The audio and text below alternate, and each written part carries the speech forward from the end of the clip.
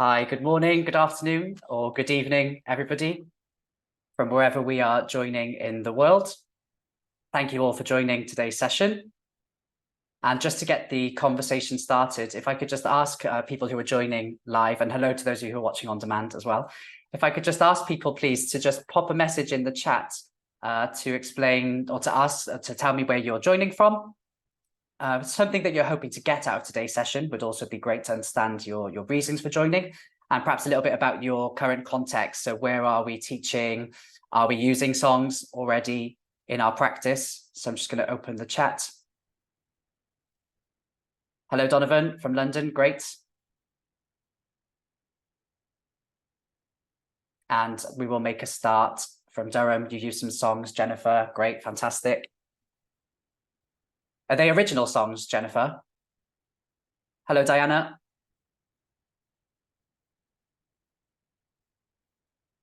So yeah, if you just joined, hello, welcome to the presentation.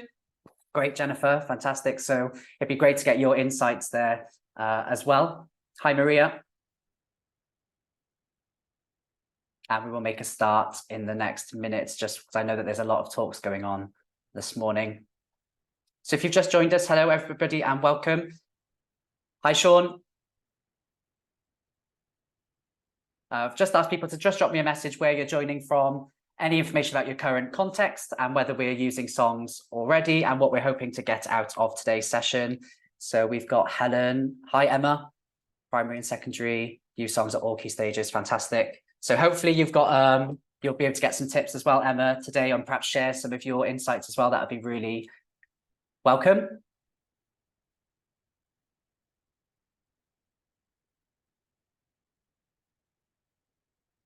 Okay, fantastic. So I think we are going to make a start, and we've got is it Ludmila from Slovakia? Hello, and Eileen from North London. Fantastic.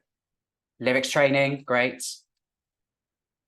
Jenny, okay, fantastic. Hi, Jenny. Lyrics training, yeah, that's one of my favorites as well to use. Okay, I'm just going to pop my screen on for us all to have a look. Is that okay? Can you just send me a thumbs up that you can see that screen, everybody? If you know how to do that on the top, great. I can see some thumbs floating, raising hands, fantastic. So we seem to be Zoom savvy already. Okay, so yes, as I said, good morning, afternoon or evening, everybody, and thank you for joining today. Today's session on using original songs in world languages teaching.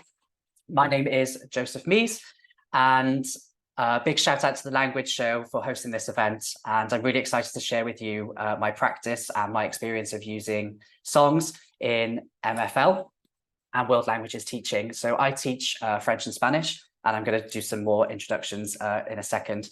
I just want to add that I will be referring to some research in today's presentation, though a lot of the ideas are based from my training and my practice.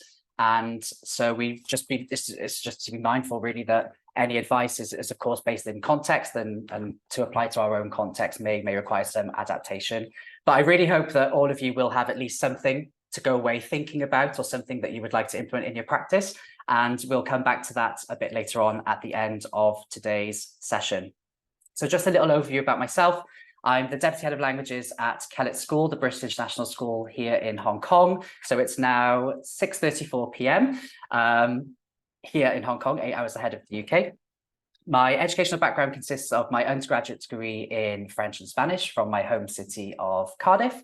And I did my teacher training in secondary education at the Institute of Education in London, which was led by Dr. Colin Christie, and he's someone that I'm going to be referring to quite a lot throughout the presentation. He was sort of really pinnacle in shaping my practice and the University of Cumbria / St. Martin's approach, which we'll touch on again shortly. And I just recently finished my master's in education, teaching and learning. And on that course, I really looked and examined the speaking anxiety in modern foreign languages.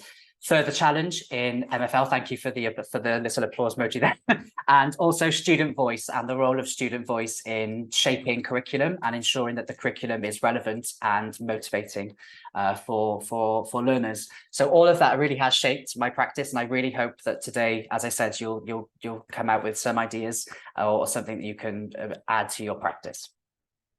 So in terms of the structure for today, I'm going to start with a brief background on what the University of Cumbria, or the St. Martin's approach as it's also known as, actually is. It's beyond the scope of the presentation time today to go into the details, so I'm going to focus just on songs and then the follow-up discussions or some ideas that you could add into your practice. Why use songs? So we're just going to touch on the research about why, if you are not using songs at the moment, hopefully I'll be able to convince you to actually start using them in your practice. And if you already do use songs in your practice, then hopefully it might give you a bit more of an understanding as to the benefits. Writing an original song. So again, I'm going to share some tips with how you would approach writing an original song in the target language for our learners. Some examples, some songs in practice and how we would actually go about implementing this in our lessons and imparting that to our students, and also the strategies that we can then remove the scaffolding to ensure that the students are really embedding that in their long-term memory. How we can use that as a springboard for further discussion. Going to briefly also mention how to engage our parent community with some examples, and then there will be, hopefully, I've been timing myself and I have been going to time so far, so I do apologize if I overrun slightly, but there will be some time for Q&A at the end as well. If you do have a burning question throughout, just use the Q&A button at the top and I will do my best to answer that as we go. But if not, I'll get to that at the end. So I hope that sounds good for everyone. Okay, then, so a little bit of background. Again, if I could just ask by you using the emojis or raising your hand or a thumbs up, if anybody has heard of the University of Cumbria or the St. Martin's approach, or whether you've been trained in it yourself. Okay, so I've got guests. I'm so sorry, I can't see your name there. So, but there's someone there. Great. Okay, chat is open. Great. No. Okay, fantastic. So we've got kind of a mix here, which is perfect. So the approach was essentially conceived by James Birch, who was or I believe still was the PhD MFL leader at the University of Cumbria, and the Dr. Colin Christie's thesis explores this approach to the teaching of modern foreign languages. So after this presentation, I would really, really strongly encourage anybody who's interested in learning more about spontaneous target language use to have a look, a read through that. And Colin summarizes it here. So it's essentially an approach that is very rich in using the target language by both the teacher and the pupil. So the pupils in the interaction between pupils, but also the teacher and pupil. Mime is a key element of this approach, as well as songs, which we're going to look at today, and a team-based competition. A lot of scaffolding is provided on the classroom walls to ensure that the students can remain in the target language. So some examples would be, I don't understand, can you repeat please? How do you say this? And that encourages them to remain and use the target language, because there's no excuse. If they say, I don't know how to say it, it's there for them. High levels of interaction, and then a number of routines. Now, these routines, I'm going to be looking at the ones that are just relevant to song today as the follow-up discussions. Some other routines would be, how are you, a seating routine, etc., etc. But we're really going to focus on songs and the follow-up to songs. Okay, so on to a little bit of the research. I hope the pace is okay for everyone. Am I going too quickly? Are we good? Okay, I got a couple of thumbs up there, so thank you. I'd just like you to pop another message in the chat, please, as to how many songs, that could be full songs or parts of songs that you know. That could be just a couple of lines, that could be a verse of a song. I just want to kind of get an idea of roughly how many songs do you think you know. And for those of you watching on demand, maybe just have a little bit of a self-reflection time. David, thousands. Olga, many, yes. Quite a few. Eileen, yeah. Many, Laura.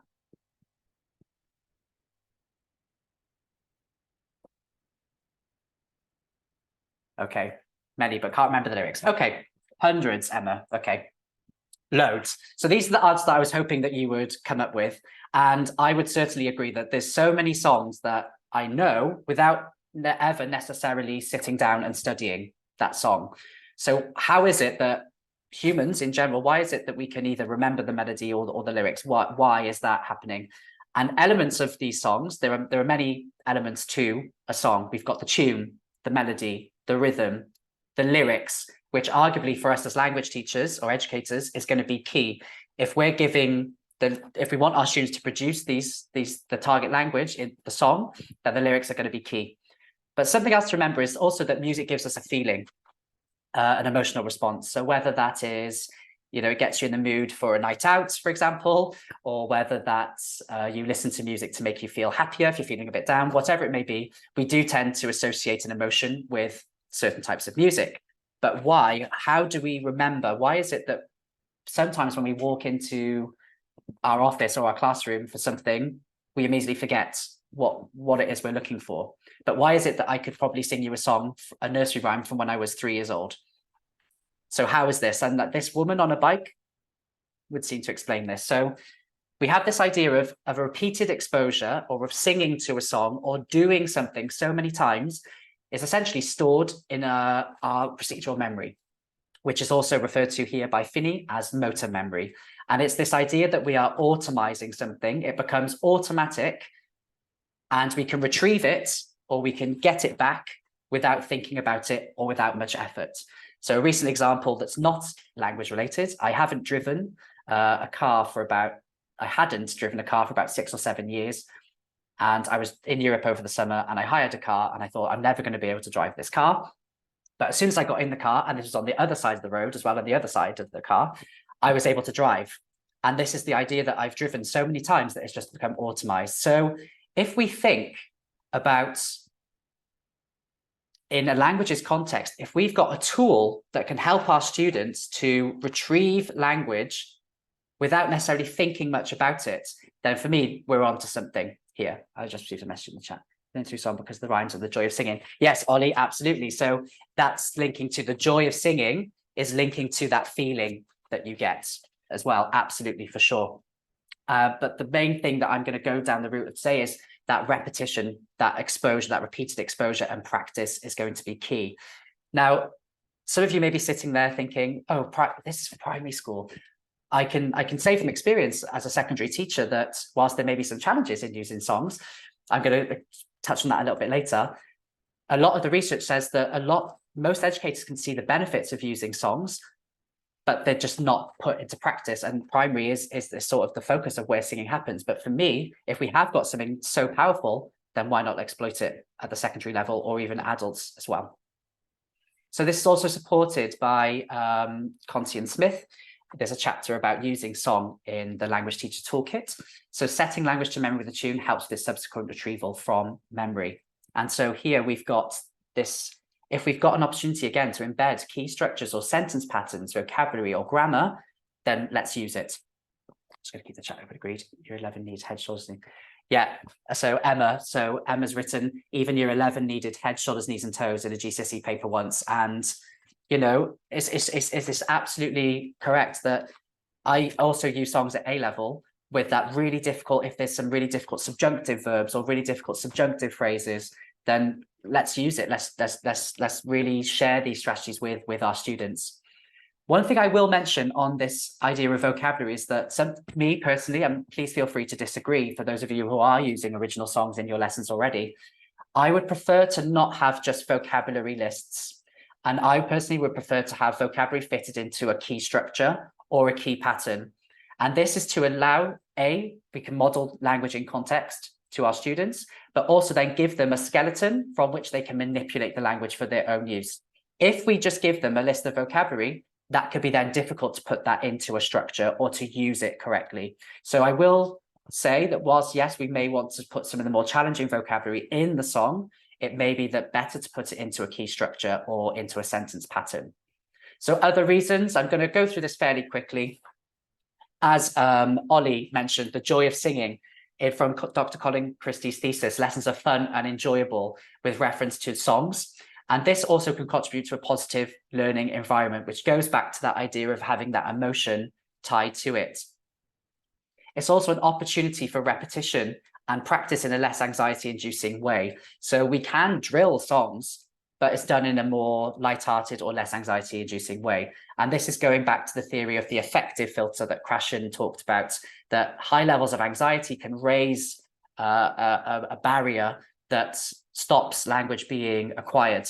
So we really want to reduce that as much as possible in our practice. Later during this talk, I'll be mentioning how we can use these songs as a way for further discussion in the target language in which learners can exchange their views and the wider community engagement. It's an opportunity for you to be creative in writing these songs. Also, your students, quite often I've asked students to write their own songs. I've given them the vocabulary and said, okay, go now, I'm going to give you 2 weeks, 3 weeks, write your own song or rap, whatever they may feel. And that's had a really positive effect as well. So Ollie's just sent a message. Learning is from the brain. Joy is from the heart. We learn more effectively connecting heart and brain. There are also neurons in the whole body, as with the heart. Yes, absolutely. So if we can tie the two together as well, that's perfect. And I want to draw on this idea of vulnerability because I think I could always imagine that those of you who are perhaps a little bit dubious, thinking, oh, I can't imagine standing in front of my year 10s or year 11 singing. This contributes to that idea of creating a safe learning environment in that it's okay to take risks. It's okay to express yourself. It's okay to, we can be comfortable in this learning environment. I think modeling that vulnerability is also then modeling that for our students. So I think that that's something to consider as well. As I mentioned, we can model language in context, and we're also modeling effective revision strategies, not necessarily for languages, but applying to other subject areas. I know for sure, having a strong theatre background as a child, that songs definitely helped me with my sciences and psychology when I was doing my assessments. And so that's something we can absolutely share with our students, that we can say, look, if this helps you in languages, why not apply it to maths, even quotations in English when learning poetry, for example. And this, I think, is my favorite. It's a sneaky way into our students' heads. I quite often trick my students, and at the end of the lesson, after singing, every lesson will feature singing, but I often go back to it, and as they're packing up, I'll get them to sing it again. And as they leave, they're then humming it or they're singing it out loud, and they don't realize they're doing it. And just seeing the students being repeating those songs when they're not even in my lesson is great. And it's that sneaky way in, and it's summarized really nicely here by one of my students. Mr. Mees, I can't stop singing that song. It's stuck in my head. And so, yeah, I think for me that's absolutely fantastic. And again, it's a sneaky way in to get them repeating and engaging with the language, even though they're not in our classes. Okay, so the next section is going to be looking at how do we approach writing an original song. And I know some of you have already mentioned in the chat that you use original songs. So I would welcome your input on this as well. And if you're a complete beginner to this, then hopefully you'll have some scaffold or guide where to go. For me, when I'm approaching writing a song, I always start at the end. And I think with us as educators, we tend to do that anyway. We look at where we want to get the students to, and we go backwards, and what are the steps that we're taking to get them to that point. So start at the end. What do I want my students to be able to produce? Or what would be an impressive piece of writing or a speaking task that would look great? And with that, what are the key structures or the key grammar points or the challenging items of vocab that I want them to use and to produce? So if we think about, for example, I'm going to take the example of physical description. What are the key structures, or what are the grammar points, items, vocab, key structures in your scheme of work that you've already got going? So for that physical description, that could be, for example, the verb I am, I have, hair and eyes, shape, size, all of those things. I would then think, okay, I want to make sure I've got at least one example of I am. I want at least one example of I have. Maybe I'll add in a negative, but I am not. Or I might even add occasionally I am, or sometimes I am, depending on the complexity. You can make these as complex or as easy as you want. So I've started with that. I've sort of decided on a vague idea of what I think a good example would be. Then we need to choose the tune. And this is where this gets a little bit tricky, because you've got to try and match the two. Some of my favorites melodies I've shared here. We've already had the example from Emma, who said head, shoulders, knees and toes, but even the melody itself lends itself really well to sharing some of these structures and grammar points and songs. Now, the reason why I choose these songs is because they are so familiar, repetitive and catchy, or at least if they're not that familiar to students, they can pick them up quite quickly.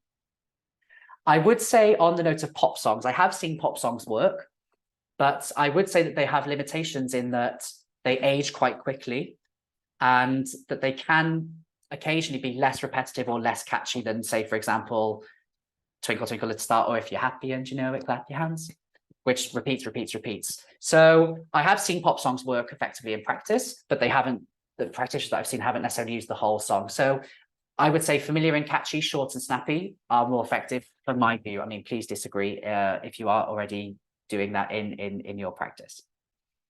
So Ollie's just put, indeed, what's the attention of this song? We could also translate the song in their native language scaffolding. Absolutely, for sure. So we're going to mention actually about manipulating songs slightly later. So reprising the skeleton and then checking comprehension and also manipulation. I think that's really key, that they're not just singing something aimlessly. We are checking meaning. We are encouraging them to manipulate, and we're teaching them how to manipulate as well. Something that also is very key when teaching a song is that the lyrics fit the rhythm well. So if I was approaching, I think Twinkle Twinkle Little Star would be the best melody. I would think, how many syllables is in that opening line? Twinkle, twinkle, little star. So seven syllables.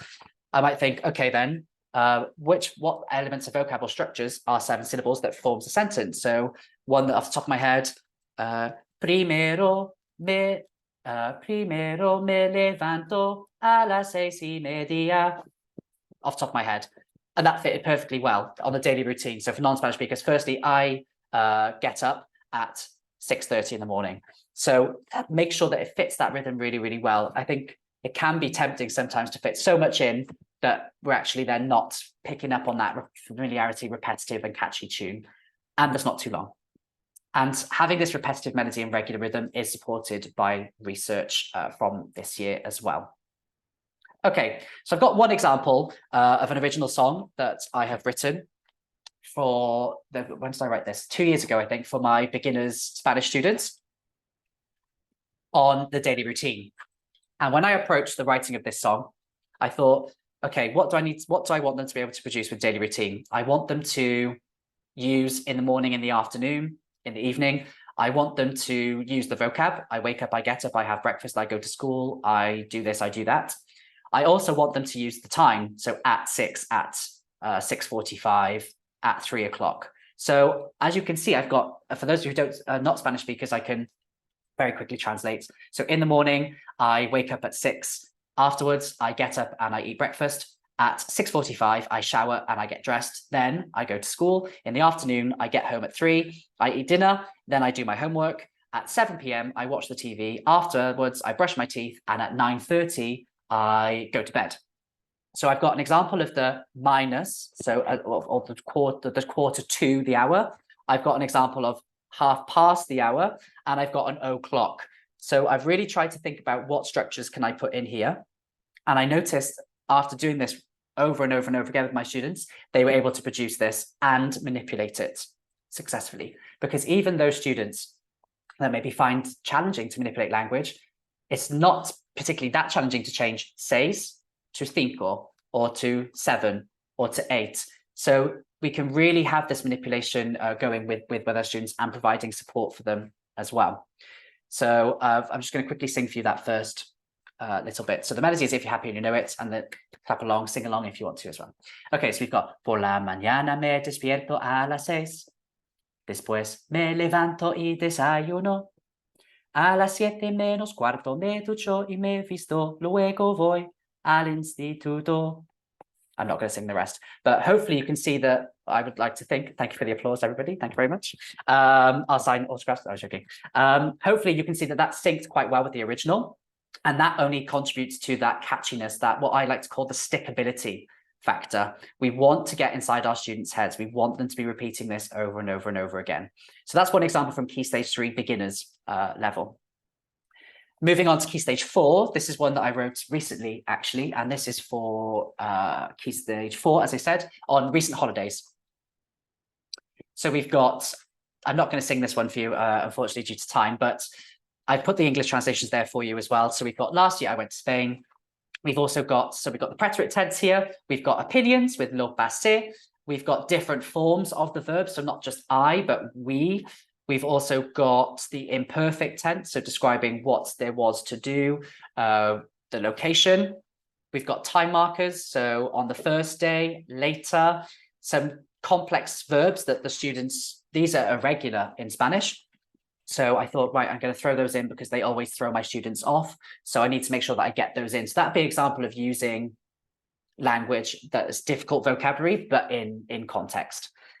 We've got connection here, so where I did something. So all of the structures essentially that I wanted my students to know, I put it in the song. And it works really, really well. And on that note, again, about manipulation, I would then say to the students, okay, last year I went to Spain. How do we say this? El año pasado fui a España. Perfecto. Okay, how would you say last year I went to so-and-so? Retrieve the countries. This could be quick fire against their partner. This could be hands down questioning. You could even do this on mini whiteboards if you wanted to practice the writing. So this follow-up of manipulation, we're teaching the students how to change the elements. I could then say, okay, let's make this a disastrous holiday. So last year I went to Spain. What could we do to change this? Lo pasé fenomenal. We could change that to lo pasé fatal. I had an awful time. So we could even ask that open question, how could we change this to a disastrous holiday or blah, blah, blah, blah, etc. But that element of manipulation is key because we're giving the students the skeleton in the memory to retrieve the song, but then we're teaching them to manipulate as well. Another example, this opening, I was inspired by a song on YouTube. So on that note, we don't always have to have the original song. There's a ton of resources on YouTube that I occasionally borrow or adapt for my practice. I saw this one on YouTube, the opening to The Addams Family, da da da da, da da da da. Again, a very familiar, catchy, repetitive tune. And I then added my own verses to describe how you get on with your teacher. Now that looks like quite a lot. I wouldn't introduce all that at the same time, and the students will have already had some practice with these structures. So I wouldn't use these songs necessarily, in my view, to introduce language. I would have done some introduction and presentation prior to singing these. But if our students could produce this, I would be super, super impressed in a sort of spontaneous situation. And also we're modeling then for the writing exam or assessment or writing skills as well. Okay. So we've seen some examples of original songs from my practice, and we've gone through sort of how would you approach writing an original song. So something that I wanted to go through now is, okay, we've got our song, you're really confident, you've done your rehearsal in the bedroom, and you've got your toothbrush or your hairbrush singing, you're ready to go, you've built up the confidence, what do we do next? And again, those of you who are using original songs in practice already or songs in practice, please do, I would value your input on this as well, but this would be from my experience. So I would most certainly introduce a new song bit by bit to avoid any overload because it can be quite a lot. So we really want to scaffold this and step by step. A fantastic consolidation of module 2 Viva. Thank you, great. So absolutely, you'll have this on demand as well. So hopefully you'll be able to use these songs in your practice as well, if you wish to. So when introducing this song bit by bit, I would sing first. This is, again, your vulnerability coming into play here. And the students repeat after you. That's your opportunity to listen to their pronunciation and to correct any issues or to recap accordingly. I would also, once I've taught the first couple of lines, so if I was introducing this new song, for example, line by line, so my teacher helps me to get good grades, I might then introduce the next 2 lines and then go back to my teacher helps me to get good grades. Add on the next 2, go back to the top. So we're really, really practicing this over and over again, and we're getting the students to be repeating over and over again. And also that's our opportunity to see, are the students picking it up or not? Once we taught the whole song, I would definitely suggest singing beginning to end a couple of times and slowly removing you out of the picture so you can really just listen in to the students producing and hone in on the pronunciation or any difficulties that they're having. And something that's absolutely key, I think, to the success of this is repeat the song in future lessons.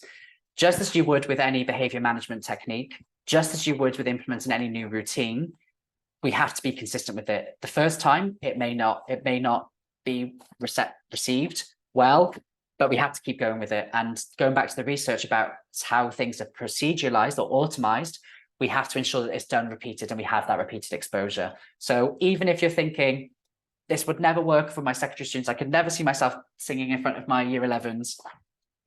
That was certainly the case for me when I was delivering some songs to classes that hadn't had songs in their lessons before. And they would look at me thinking, this guy's serious, he's actually going to sing and he's actually going to make us sing.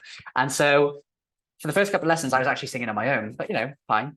But what I did find that even if they were mumbling along or grumbling as some teenagers do, What I found is that when I was still doing the retrieval and the manipulation, they still had the structures embedded. They still knew the song. And so the students don't always need to sing along. I would definitely encourage them to do it. But even if they grumble, then I think, that's a winner.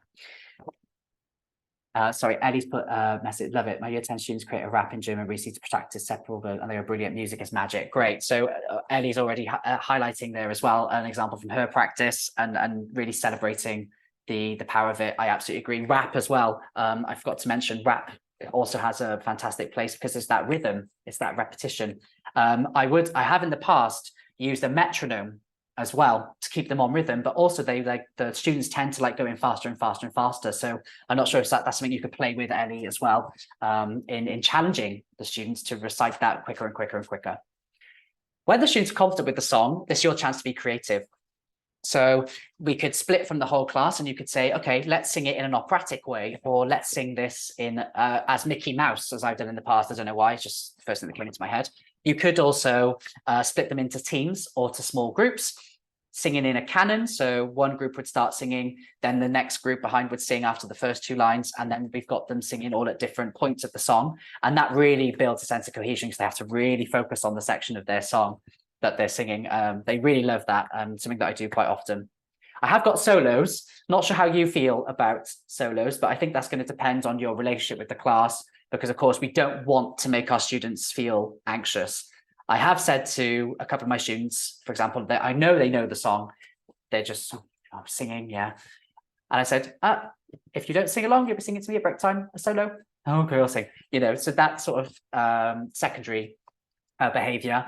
But so yeah, I would be careful with solos. We don't want to sort of put our students on the spot and not sort of celebrate that love then of singing and music.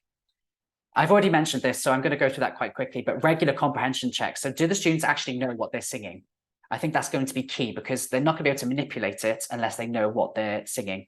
So that could be through quick starters, mini whiteboards, first to say against your partner, you give them the target language, they have to say the English. And then the manipulation element, again, through, you could have starters. Okay, start with one of the line of the songs. Last year, I went to Spain, as in the Rudolph song example. Okay, how would you now say last year we went to France? Get them to manipulate the language again, because that we're encouraging them to spot patterns and to manipulate the language for their own communicative means. Follow-up speaking routines, which is going to be the next section of, I'm doing very well for time actually, for follow-up routines, which we're going to look at in a second. And lastly, eventually remove the scaffolding.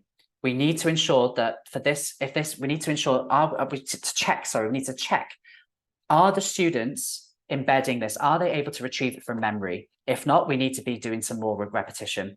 So something that I tend to do is, say, for example, I was using the Rudolph song. Once I'm confident, and I've done this after a few lessons, yeah, they're great. Some of them aren't even looking at the screen, fantastic. What I might do is just start with taking away a couple of the words by putting a box over it on the PowerPoint or the Inspire.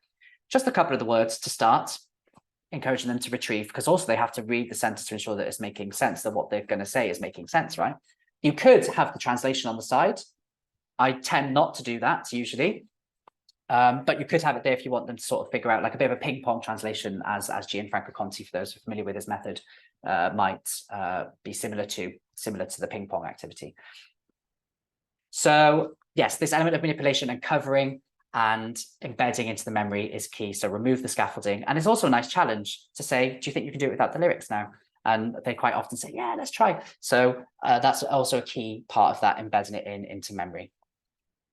Okay, so I know I've been talking a lot, but we are now coming to sort of the last section on songs, using songs as a springboard for further discussion. So routines are a key part of the University of Cumbria or the St. Martin's approach.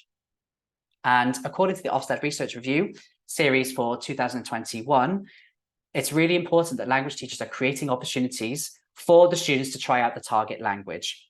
And so I really like the use of the word try out, because it's suggesting that the students can play around with the target language, it's almost suggesting that students are likely to make mistakes. And that's part of the process. So I really like that use of try out the target language, but also we want to provide motivation for real speech. So hopefully you'll be able to see in these routines that the language they use is real, authentic communication, or will at least spark some of that real, authentic communication.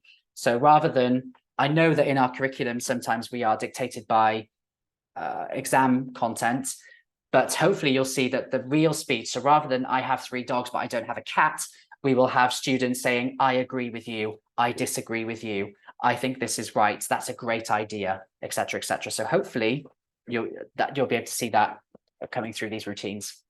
And key to the success of these routines is student voice, to motivate the students and to make the content relevant. And the key question essentially in these follow-up discussions that will be running through your planning, I suppose, for that is, what do the students want to say? And so I think that's absolutely key as we sort of think about that as we go through these activities. I will say that all of these routines can apply to any stage, so primary, secondary, adult, A-level, absolutely as well, could work. So the first one is what we call the participation routine. So you've sang the song as a class. Before actually getting onto that participation routine, I will say that I have in the past had students completely rip my songs to shreds, saying, oh, Mr. Misa's song is terrible because it's cheesy and it's really blah, blah, blah. But if they're doing that in the target language and they're asking me for it, then it's I've tricked them really into expressing themselves, but in the target language. And I think that's just something we have to take on the chin. But not all students will love our songs, but if they do it in the target language and express their views in the target language, then great. So yeah, back to the participation routine. This is where the students would be practicing the past tense. So they would discuss their individual participation or how the class in general participated. So I've put some examples in English, and this would be scaffolded. So you would have this as a slide or somewhere stuck up on the wall to refer to. So the option to respond to the question, how was the participation? So something in the past I've had, in my opinion, my participation was great, or I sang really well, I sang like an angel. Again, here this is a really transferable structure. I sang like let the students be creative. If they want to say I sang like a horse, let them say it. Adds into the complexity. I think the participation of the boys was average because we sang out of tune. So in French, we've got the chanter comme une casserole, so singing like a pan, and the girls sang louder. So you can, as a teacher, we can sort of give them ways. In this case, we can say the girls sang louder. Okay, someone wants to say the girls sang more quiet than. We're comparing here. So it's really going to depend on the structures that the students want to say, but also the ones that maybe will appear later on in your scheme of work, or ones that you want to sort of plant the seed quite early and then develop a little bit later on. And then, of course, with that sentence, I think the participation of the boys was average because we sang out of tune and the girls sang louder. We've got the structures I agree and I disagree because I sang, maybe I sang or I did my best. These sorts of structures might appear as well. But it's really key that we give them the opportunity to say what they want to say. Of course, it needs to be appropriate to the lesson and to the learning. But absolutely, I think that that's an opportunity for real speech, real communication. Okay, the next one. Do you like the song? I know this sounds so obvious, but expressing opinions is something that the students need to absolutely do. And we could do this at primary level. We could just have it as, do you like the song? I like the song, I dislike the song, I quite like the song, I like the song a lot. At primary level, that might be enough. At secondary level, we might want to develop that further with, it makes me want to, ça me donne envie de, or it makes me laugh, it makes me cry, it makes me happy. Music-specific vocab, such as the melody is catchy, all those sorts of words that might then appear, which at A level, entraînant is something that they need to be aware of. The lyrics are, so we've got grammar here, we've got plural, the lyrics are, les paroles sont, and then we've got adjectival agreement. There's so many different elements at play here, all from the follow-up discussion of, do you like the song? So, and you can make that as complex or as easy as you want to, depending on your learners. Another routine, I'm going to try and pick up the pace slightly because I am aware that we need some question and answer time as well. Which song would you like to sing? So that could work similarly to the do you like the song, but instead we're using the conditional tense. So you've got 2 songs on the go or 3 or 4 songs on the go. Give the option to the class. Again, student voice, get their input. I would like to sing song number 1 because it is more interesting than, or I wouldn't like to sing song number 2 because it is less exciting than, or it would be boring. So we can use the conditional here, but it's in context and it's in a real, authentic way because the students are expressing what they want to say. And lastly, one of my suggestions is, what did we sing last time? So again, a chance to recap the past tense. Again, you can add in different forms. You could say, well, the boys sang really well. The girls sang even better. We sang this song. We chose to sing this song. I liked it a lot because, or I didn't like it. So again, we're not just teaching topic content. We can use topic content. For example, I might do this with my year 10s because we're looking at describing past holiday and they know the structure. I liked it, I didn't like it. So we can also then, we're showing them the transferability of these structures in a context as well. For A level, I would have preferred to sing, which is super complex. J'aurais préféré chanter, or we should have sung this song because it would have been more, there's a typo there, I apologize. It would have been more interesting. It would have been more exciting.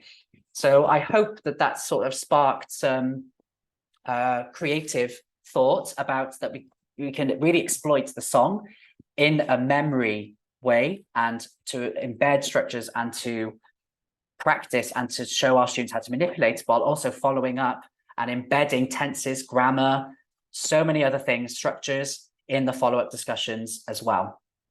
And just briefly, I wanted to touch on the parent community side. So at my former school, we were teaching the university in the University of Cumbria way, and some homeworks for Key Stage 3 were just to sing the song to the parents or guardians at home and get the paper signed. And I think that's a really nice way to bring the language and lesson and what you've been doing in class into the home. And to take that a step further, I've recently, or well, not recently, this was a couple of years ago in the pandemic, but I asked students to go away for 2 or 3 weeks, and that was their ongoing homework, to teach their parents or their guardians the song and to upload a recording, either video or audio, depending on what they were more comfortable with, to an online platform, which was shared with our parent community. And the response from parents was really positive. And actually at Parents' Evening, they came up and said, I can't get the songs out of my head. It's driving me crazy. But, you know, in a nice way. And I think having the reversal of role as the students as the teacher really did impress the parents, and they can sort of empathize with their situation as well. So that's just some ways in which it can be used as a springboard for further discussion, but outside the classroom at home. So that is pretty much it from me for now. I have been told that it's okay to stay a little bit later, but I know that there are some other sessions that people might want to shoot off to. But before we all go, I would really appreciate it that if we could all pop a message in the chat about one idea that you will take away today, or one idea that you will try and implement in your practice. It'd be really interesting to get your insights for that. So please share that in the chat, and use the question and answer function as well at the top if you have any questions. But I really hope that, as I said, that you've all taken something away from today's session. I'm looking forward to hearing your feedback in the chat. And thank you for listening if you do need to shoot off now, but please do stay behind and we can carry on the dialogue. And I am on LinkedIn. It's just my name, Joseph Mees, and I look forward to connecting with you if you are on there. So thank you very much for joining. I hope you enjoyed today's session, and please ask away any questions that you've got. Thank you.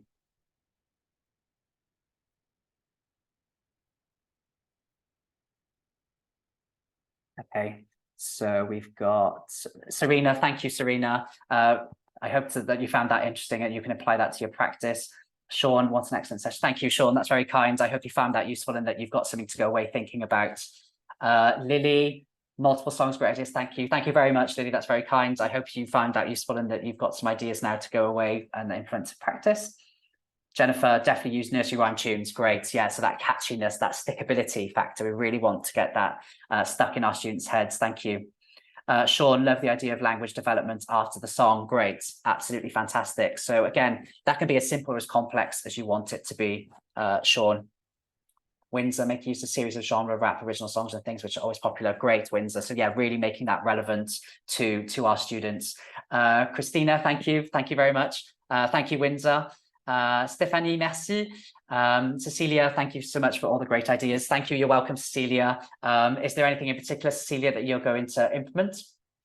Eileen, amazing session. Thank you. Thank you so much, Eileen. That's very kind. I hope that you've had lots of ideas to go away. Emma, changing lyrics to fit the melody for grammar items, and love the Addams Family idea. Also the opinions afterwards. Great. Absolutely. So that idea of follow-up discussion. Thank you, Emma.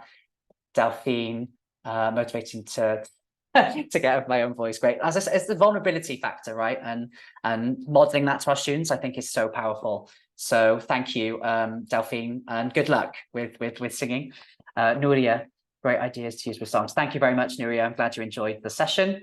Love the idea of getting parents involved too. Eileen, thank you. Yeah, really, it worked really well, getting the parents involved. And that also opens that dialogue as well. Stephanie, made up your own songs using a UK tune that the pupil knows. Yeah, great. So then again, it's going to that relevance, isn't it? And that catchiness, that stickability factor. Muchísimo gracias. You're singing in my lessons all the time. I love them in the children too. Great, Christina. So again, maybe implementing some of those follow-up discussions to really embed the grammar patterns and for students to express their opinions as well. Udmila, thank you. Admire your ability to make up your own songs. Great. So hopefully, Udmila, you'll be able to play around with some of your own songs as well too after today's session. So please do ask away if you do have any questions, anybody, or pop them in the chat. But it's been great to read your feedback. Thank you, Lily. I will take a look at LinkedIn shortly later. I'm sure that there will be a couple of requests, so I will definitely connect with you on there.